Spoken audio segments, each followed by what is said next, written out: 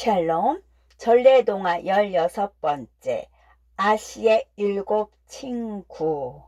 옛날 한 마을에 옷을 만드는 여인이 있었습니다.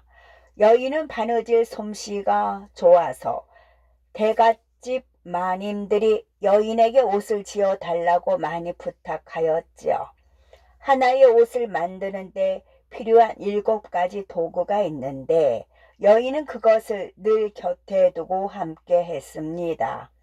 여인은 옷을 지을 때 사용하는 도구인 바늘, 자, 가위, 인두, 다리미, 실, 골무에 각각 이름을 지어 주었지요.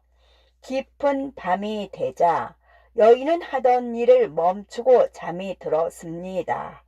그때 어디선가 다투는 소리가 들렸어요. 나라니까. 아니야, 내가 제일 중요해. 무슨 소리야? 나라구나. 호롱불 너머로 여인은 옷을 만들 때 사용하는 7도구가 보였습니다. 이때 자 부인이 긴 허리를 뽐내며 말했습니다. 천의 길이를 정확하게 재려면 자가 필요하다는 건 알고 있지? 만약 조금이라도 틀리면 옷을 제대로 만들 수가 없어. 그러니 내가 제일 중요한 일을 하는 거지. 옆에 있던 가위 각시가 말했어요. 무슨 소리야? 자, 부인, 옷을 만들 때 옷감을 잘라야 하니 당연히 내 공이 제일 크지. 넌 내가 없으면 안 되는 거 몰라?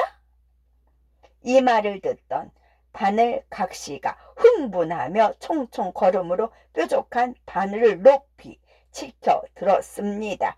너희 무슨 소리니? 잘라놓은 옷감들을 꿰매야 옷을 만들 수가 있지. 그게 누구야? 바로 바늘인 나라고. 옆에 있던 청실, 홍실 각시가 비웃으며 말했습니다. 바늘 각시, 너는 나 없이는 옷감을 꿰맬 수가 없어. 내 실로 이어주지 않으면 옷을 어떻게 이어붙이고 만들어? 그리고 나처럼 여러 가지 색의 실들로 옷을 꾸미는 거라고. 그때 인두 부인이 연기를 품으며 화를 냈습니다. 인두 부인은 바닥에 있는 천의 울퉁불퉁한 연결 부분에 직접 다가가 보여주었지요. 이봐, 이렇게 내가 구석구석에 주름을 펴주지 않으면 옷이 고와질 수 없어.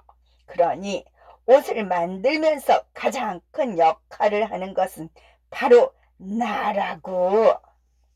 인두 부인의 말을 들은 다리미 낭자가 웃으며 말했습니다. 인두 부인과 나는 하는 일이 같은 것 같지만 내가 더 중요한 일을 하고 있지. 그러자 화가 난 인두 부인이 빨갛게 달아오르며 말했습니다. 뭐라고? 다리미 낭자, 지금 내가 작다고 무시하는 거야? 다리미 낭자는 자신의 커다란 몸통을 이리저리 보여주며 말했습니다. 인두 부인은 옷 일부만 펴주지만 나는 옷의 모든 곳을 펴주니 나야말로 가장 큰 공이 있지. 모두 어떻게 생각해? 이때 이야기를 듣던 골무 할멈이 혼자 미소를 지었습니다. 그러자 바늘 각시가 물었지요. 할머니는 어떤 일을 하세요? 나는 그저 주인님의 손가락을 보호할 뿐이라네. 바늘 각시가 아무리 나를 찔러도 주인님의 손가락에 상처가 나지 않지. 이렇게 골무 할멈을 제외한 나머지 도구들은 서로가 자신이 제일 중요한 공을 세우고 있다면서 싸웠지요. 이때 잠결에 이 말을 듣던 여인이 잠에서 깼습니다.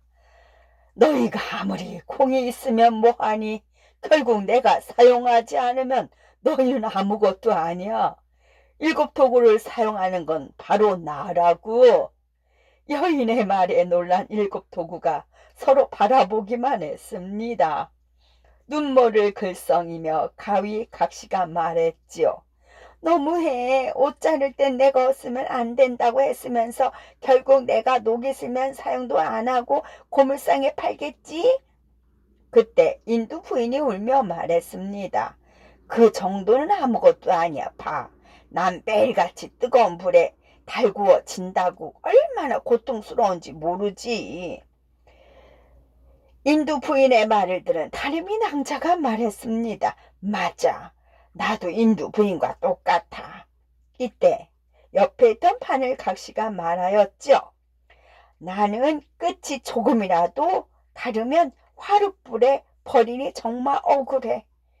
게다가 바늘이 부러지기라도 해봐.